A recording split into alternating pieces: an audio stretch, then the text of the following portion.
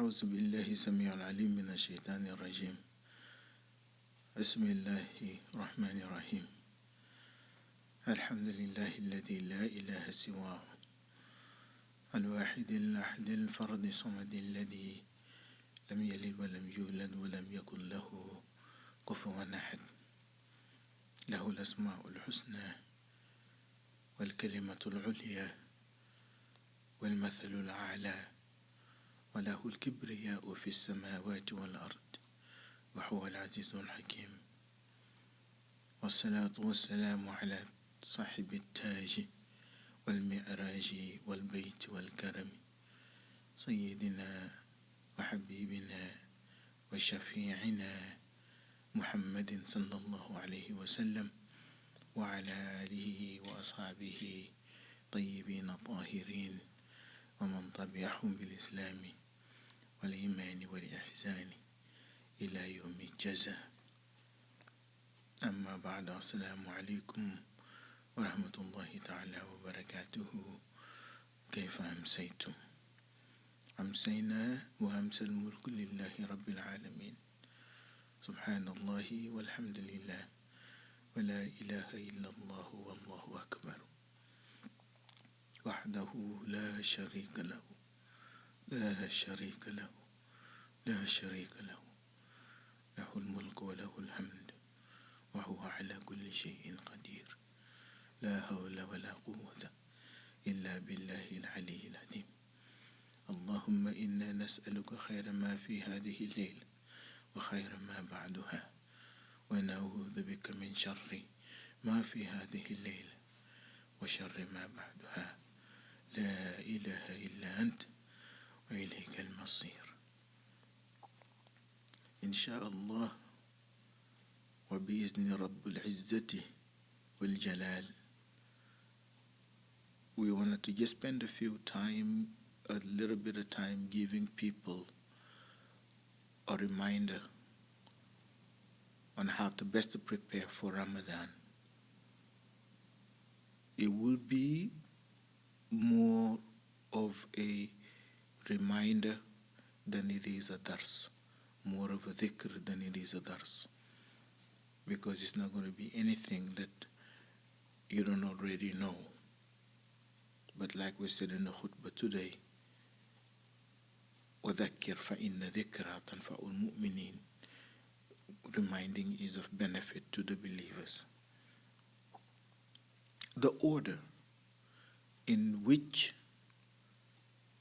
the Arkanul Islam, the Bunyal Islam al-Khams, the 5 pillars, the way that they are structured is an exact order, and it is not random. So when Rasulullah was asked by Jibril, Akhbirni Anil Islam, he gave an order and he never departed from that order, and he taught it according to that order until the end, and there is a reason, and so do the ulama. I have seen a few places a changing of that order that doesn't come from Rasulullah sallallahu alaihi wasallam. It is always the shahada, salah, zakah, sawm, and then hajj. That always been in that order, and there is a reason for that order, because constantly I just said wa ilayka al-masir, and to you is the return. From inna lillahi wa inna ilayhi raji'un, we know that Islam is a journey. We come from Allah, and the moment we enter on this earth as a newborn, we have started the journey of return to Him. There is a return that is a physical return. We are a baby, we become a child, we become an adolescent, we become an adult, we become of old age, and then we pass away at some point when Allah decrees that time. But there is the spiritual return and the spiritual journey, and that's what is captured in the 5 pillars and in the order in which they are given by Rasulullah sallallahu alaihi wasallam.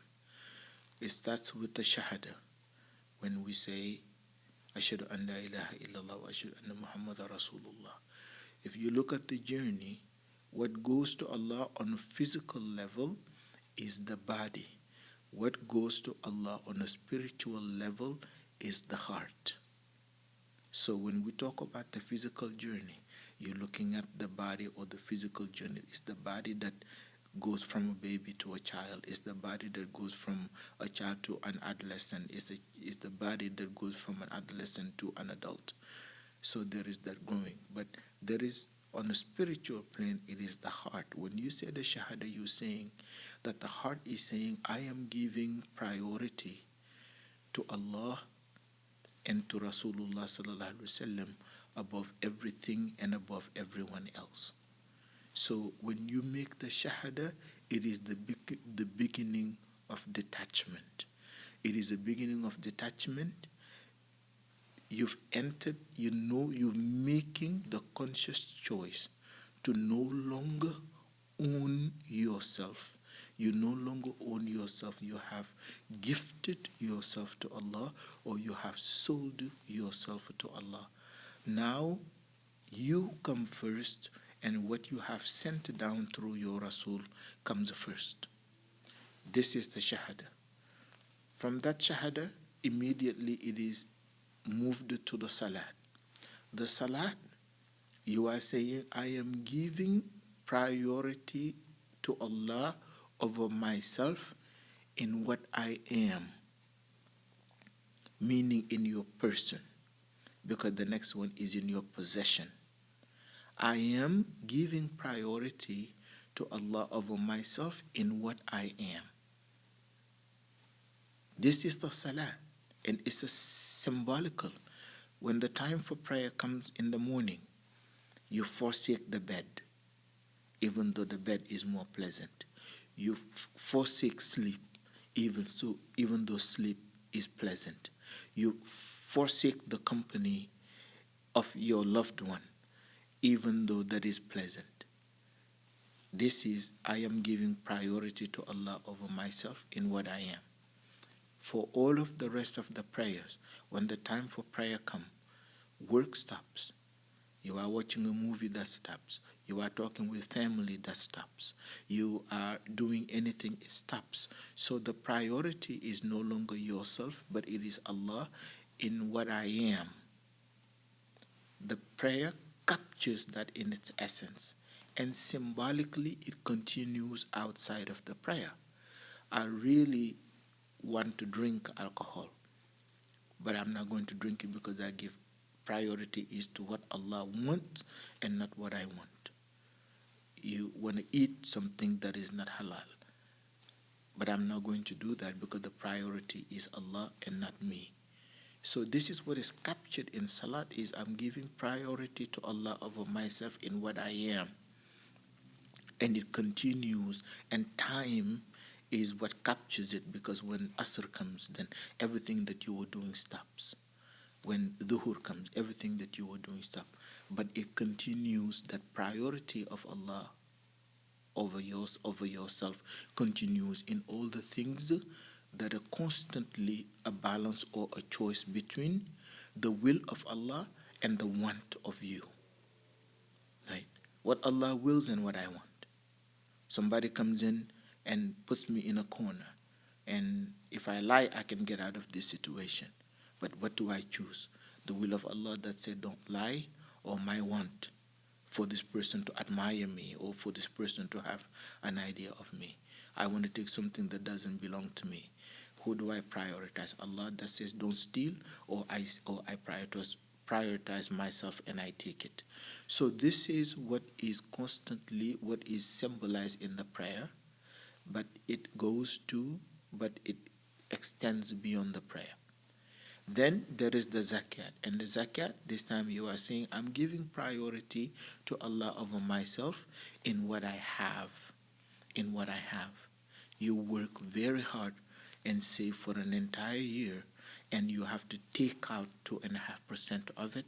And if it is cows, and if it is goats, and if it is horses and whatever, camels, whatever that is, then you have to take it out and give it and give it, because Allah has ordered you to do so. So the zakat is, I am giving priority to Allah over myself in what I have, and it is supposed to extend beyond that.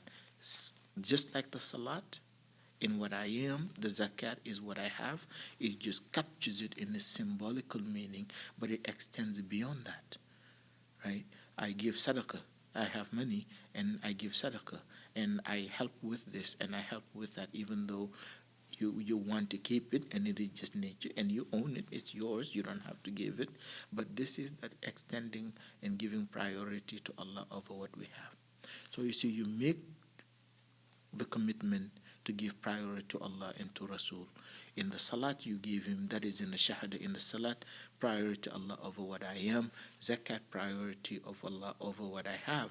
And then you come into the month of Ramadan to perfect those two qualities, because these are the two things that man has to detach himself of and from in order to receive the ridwan min Allah, that grace to enter into a state of grace with Allah. What I am and what I have.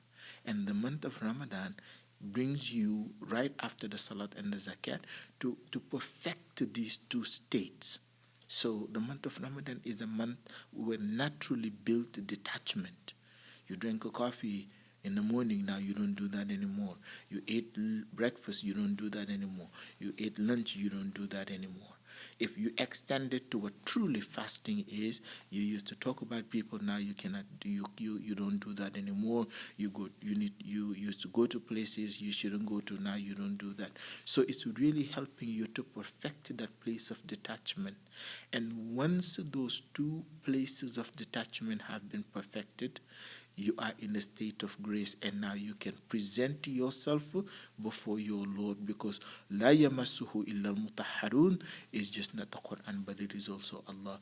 Only those that Allah said that I want you, when you appear in my presence, that you are in the state of grace, and that standing before Allah, this is the Hajj. And after the Hajj there is nothingness. Right, all of your sins are forgiven. It's a rehearsal. When you come back from Hajj, for all intents and purposes, you are going through the motions of your duties and responsibilities, but you're supposed to be dead to the world, because you have already stood before him and said, Labbaik Allahumma labbaik. So as a tradition in people that are really arifin billahi, when you saw them come back, you never see them. They never build another house after they come back from Hajj. They never start business ventures. They never do, because technically you're supposed to be printing. So you see the order in which they are made, and the role that the month of Ramadan plays. It's not a month of learning. It is a month of practicing. It is not the month of, it's the month of doing, as opposed to a month of talking. It is a month of perfecting those two levels of detachment. Detachment in what I am, and detachment in detachment in what I have. So for me, when I talk about preparing for Ramadan for myself, one verse of the Quran and one hadith for me are completely enough.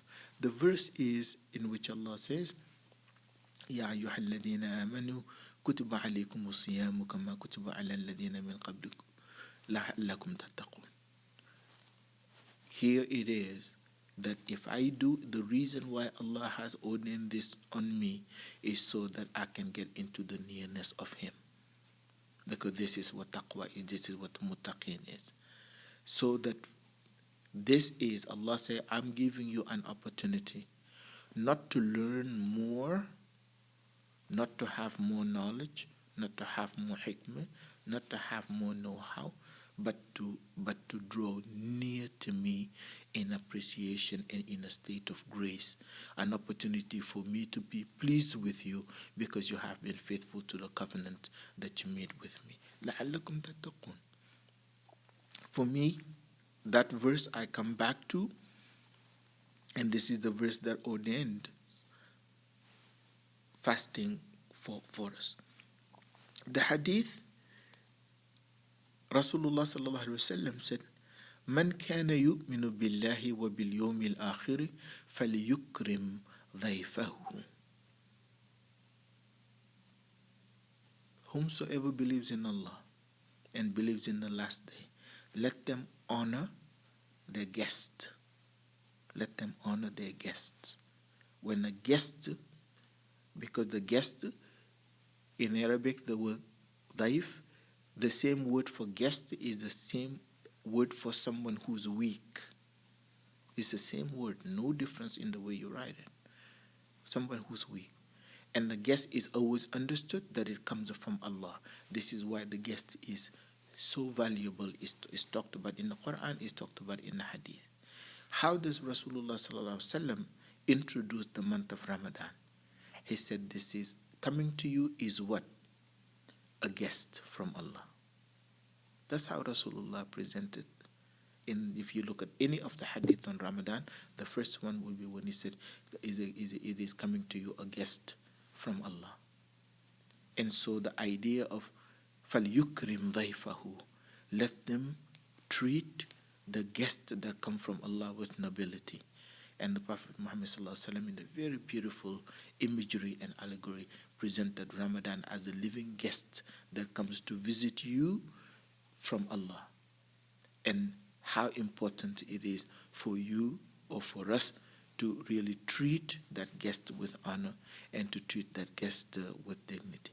The reason why Rasulullah sallallahu alaihi wasallam said, somebody try to fight you, you tell them, "I'm fasting, inni sa'imun, I am fasting, I'm fasting." Because you are sitting in the presence of a guest from Allah, and you want to be in the politeness with them, not in a state of not being polite with them. And to be shouting and yelling and screaming in front of somebody, it's not from the politeness, right? It's not from the adab ma'allahi. You know, they said the guest of the president is the president. The guest of the governor, the guest of the governor is a governor, right? Somebody who sends you. If the president sends you somebody, you treat them as if they're the president. So the ambassadors of different countries are treated exactly like the president of that country. And so also with the month of Ramadan, when you look at this as a guest that has come to you from Allah, that visits you in your home, and wherever you go, you're walking with that guest.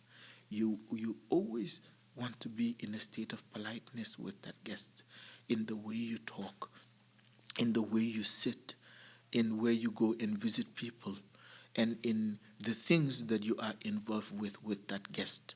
You are involved in things that are noble. You are involved in things that are things of beauty. You are involved in things that are things of grace. Your conversation is a conversation of beauty. Your conversation is a conversation of grace. Your conversation is a conversation of hikmah, because you are honoring the guest that has been sent to you from Allah. When a guest comes, what do? They stay for a while. And what do? They return back to where they came from. That's a guest. Somebody comes and visits you from Egypt, and then they go back to Egypt. Somebody comes to visit you from another country, and they go back. And so with this month of Ramadan, you want to, when this guest that has come from Allah comes to you, and when they go back to Allah, and Allah asks them, "How did Brother Asir treat you?" He has treated me with the elegance and the grace and the beauty that is always he. How did so and so treat you? They treated me with the same elegance and with the same grace and with the same beauty that is always his. This is what we want this person. Even the things that somebody gets you upset and you want to shout and scream, I'm not going to do that, because I'm in the presence of a guest from Allah. Right? In the presence of a guest from Allah. It is better if it finds you in that state all the time, because this is just how you are. That makes it a lot easier. But the month of Ramadan is a month where you strive to be even more beautiful and even more gracious and even more elegant than you are. But it finds you to be a person of ihsan, of ihsan, a person that is constantly sowing grace, like Brother Asir. Inshallah, you don't have to make much changes, bismillahi ta'ala. In the spirituality of Islam, there is what is called the mawaqif, and the mawaqif comes from the singular waqf, and it is a place of halt. In the classical times of Arabia before Islam, that would be when you are traveling, will be a place of rest where you will sit down and really take a rest and prepare yourself for the next leg of your journey. In the spiritual literature, the mawaqif becomes places of halt in the literature. It could be a verse of the Quran, it could be a hadith where you come and sit, and that that waqf or those mawaqif become places where you come to a stop and really go within yourself and reflect and think on what is the next, how do I approach this? You look at one of those. قالت الأعراب آمنا قل لم تؤمنوا ولكن قولوا أسلمنا ولما يدخل الإيمان في قلوبكم. That's the place of halt. That's one of the mawaqif. Arabs came to Rasulullah, they made shahad and they said, now we are believers. Allah told them, they just said that they are believers. Tell them, no, they are at the stage of Islam. They are not yet at the stage of Iman before even getting to the state of Ihsan. That place of halt, what does that teach you? That there is actually a journey and there is growing from Islam to Iman, from Iman to Ihsan. Growing from Muslim to Mu'min, and from Mu'min to Muhsin. And the month of Ramadan is an opportunity for us to go through those three stages. Another one of the mawaqif that goes with this one, وَعَلَيْسَ لِلْإِنسَانِ إِلَّا مَا سَعَى وَأَنَّ سَعْيَهُ سَوْفَ يُرَى ثُمَّ يُجْزَاهُ الْجَزَاءَ الْعَوْفَى وَأَنَّ إِلَىٰ رَبِّكَ الْمُنْتَهَى وَعَلَيْسَ لِلْإِنسَانِ إِلَّا مَا سَعَى. Allah said, you will only have what you strived for. And the month of Ramadan is a month of striving. And he says, وَأَنَّ سَعْيَهُ سَوْفَ يُرَى. The fruits of your striving will be seen, but also should be seen, because the Quran is not subjected to time like when we talk. When we talk about the present, we have to use a certain tense. When we talk about the future, we have to use a certain tense. Allah is not there because He is the owner of time. Right? And so, وَأَنَّ سَعْيَهُ سَوْفَ يُرَى. The fruit of your striving should be seen. When you enter into the month of Ramadan and you emerge out of the month of Ramadan and people don't see any difference in you, that is where is the impact? Because وَأَنَّ سَعْيَهُ سَوْفَ يُرَى.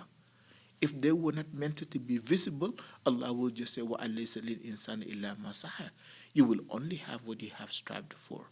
If you work for 10 hours, you're going to get paid for 10 hours. If you work for 5 hours, you're going to get paid for 5 hours. You're not going to work for 10 hours and be paid for 20 hours. That is not going to happen. But Allah says, وَأَنَّ سَعْيَهُ سَوْفَ يُرَى. And what captures that is an actual hadith, an event that took place and that is narrated in the Sahih of Imam Muslim. One of the Arabs came from a tribe, and he came right, they said, in around the time way after Fajr, but before Zuhur. And he came to Medina, sat down with the Prophet, wanted to know about Islam, look at the community, and he stayed there. After they prayed Zuhur, they ate lunch. And when they ate lunch, he ate quite a bit. And the Prophet ﷺ spoke with him. He made the shahada. They gave him the shahada. They taught him how to pray. He prayed Maghrib with them. And after they prayed Maghrib, he ate. And they noticed that he ate almost 1/3 of what he ate at lunch.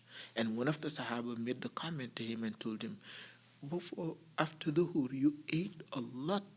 And now you only eat very little and you have enough.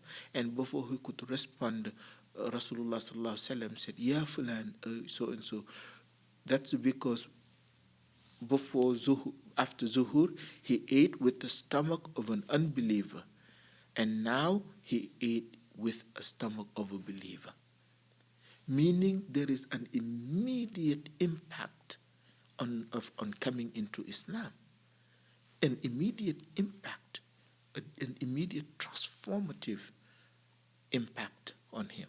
And so also it should be for us. The thamaratul Islam, right? The fruit. And if they're not there for 11 months, even though they should be, we make it a priority for the month of Ramadan so that those thamarat are seen. وَأَنَّ سَعْيَهُ سَوْفَ يُرَى. When you come out of the month of Ramadan, when we come out of the month of Ramadan, we see that there is a complete transformation. And so just a number of a few practical steps to prepare. I was reading this morning Surah Nisa, and Ya ayyuhalladhina amanu khudhu hithrakum. O you who believe, take your precautions. And that means prepare yourself. Don't wait until things come upon you, but prepare. One of the things that is important to do is for you know your schedule, whether you are working or you are not working, whether you are working from home or you are working in the office, or whether you are a mother taking care of little ones. You know what your schedule is. Make a calendar of your own days for the month of Ramadan. Identify these are the times that I have free. I have to go pick up the kids. They get out of school at 12:30. So I cannot be doing any ibadat because it is an ibadat, but I cannot be reading the Quran at 12:30 because my kids would be stranded at the school. But you know the times. They come home and then they're going to have a little snack. Somebody's going to take them and I'm going to have the next 2 hours. So make a map and identify them every single day, the times that you are free. And this is the time, this half an hour, just this half an hour every day from 3 to 3:30, I know I am free. I'm going to spend that time reading the Quran and start from the beginning. And then from 3:30 to 4:30, I'm going to be reading hadith, or I'm going to be reading seerah, or I'm going to be reading fiqh sunnah, but something that has to do with Islam, something that will enliven your heart. It could be a collection of lectures, it could be something in this way. And then from this time to this time, I'm going to do the dhikr of Allah that have come from the Quran and have come Rasulullah sallallahu alaihi wasallam. Ya ayyuhalladhina amanu dhkurullaha dhikran kathir. Remember Allah with much remembrance. And many of the forms of hadith. Make yourself, I will do 100 subhanallah, I will do 100 la ilaha illallah, I will do 100 Allahu Akbar, I will do 100 salatu ala nabi. What is easy for you, but you can do consistently every day during the month of Ramadan. Rasulullah sallallahu alaihi wasallam said, the best thing, most beloved deed to Allah is the one that is done what? Consistently. Even if it is very little. Like 30 minutes reading the Quran, 30 minutes of dhikr, 30 minutes of sitting and meditating, reflecting on what you have read. أَفَلَا يَتَدَبَّرُونَ الْقُرْآنَ. Again, as I was reading Surah Nisa this morning, 82. أَفَلَا يَتَدَبَّرُونَ الْقُرْآنَ. Why do they not meditate? That means on what they have read about the Quran. That is one practice. One practice. Really, really important. بَلِ الْإِنسَانُ عَلَى نَفْسِهِ بَصِيرٌ. It's about transforming oneself to become more pleasing to Allah.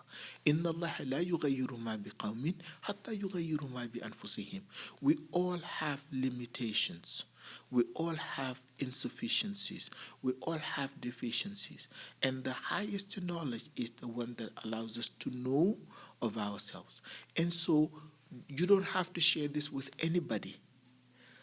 Identify 3 negative qualities that I want during this month of Ramadan to shed them during this month of Ramadan. I tended to say things that are not true. I tended to embellish stories. I tend to do this. You don't have to share anybody because we don't have confession. But identify 3 qualities, 3 negative aspects and say these things, but that requires looking at yourself. And this is one of the most difficult things for people to do. Sometimes my heart breaks when I look at people, because there are people that just absolute have the inability to look at themselves and say, this is what I have done that is wrong, or this is what I am that is wrong.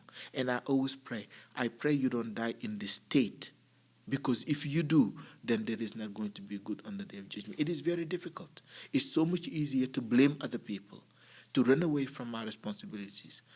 And this is why the month of Ramadan, this requires a tremendous amount of courage to say, these three things I'm going to do my best to shed them.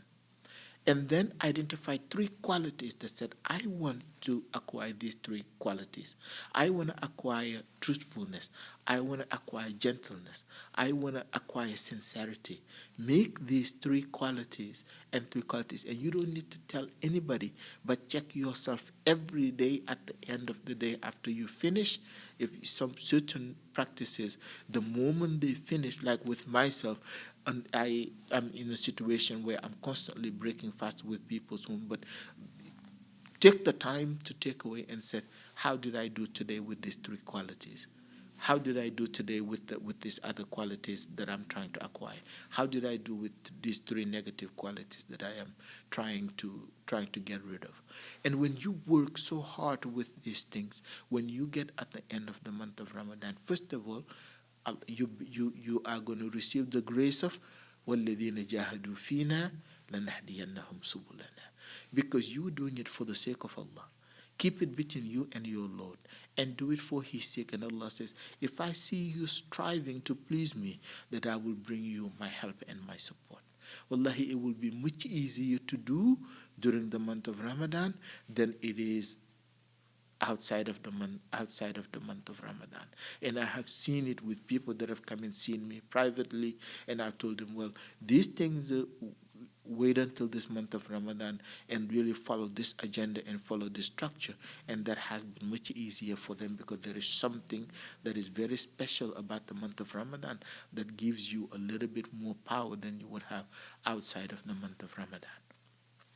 Another thing is, most people, if you ask them, when was the last time you memorized a surah? We know 103, and we've known the same thing for the last 30 years. To the last 30 years. We learn how to do all of these things with the phones. We learn all of these things to do with the laptops and with the computers. We are constantly learning all these things about new media. But how much are we learning? Well, how much priority are we giving to Allah? Making the commitment to say, before the end of Ramadan, I want to memorize, even if it is just 3 short surah. Go to the end of Juz Amma and start from Surah to Nas and go up.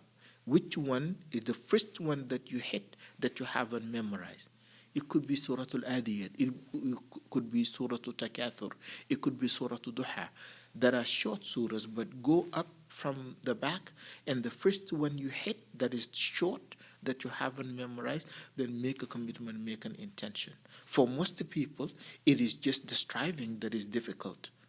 If it requires effort, if it is difficult, if it is challenging, then they leave it and they want to talk about lala stuff that doesn't have anything, and it's not going to get you where you need to go, because there's a reason why it is called jihad. There is the reason why Allah said, وَأَلَّيْسَ لِلْإِنسَانِ إِلَّا مَا سَعَى, and the sa'a is the striving. Make that intention to do that. Make an intention to learn 3 short hadith. Short hadith. The Prophet Muhammad sallallahu alaihi wasallam, Allah had given him what is called the Jawami al-Kalam, right? A concise but beautiful speech. Man kana yu'minu billahi wa bil yawmil akhir falyukrim dhayfahu.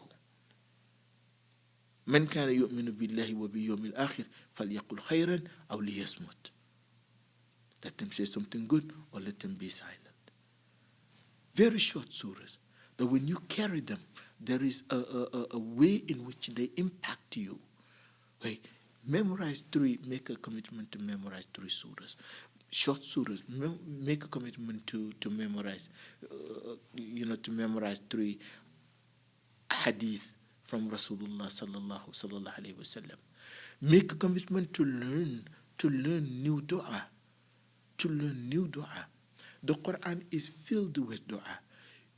most people have in their home, most people have in their home, on their phones, Muslim Pro, and in Muslim Pro you have a section that is all du'as that we carry all the time. You can even hear them. Put them on your phone and let them play over and over and over and over until you memorize them.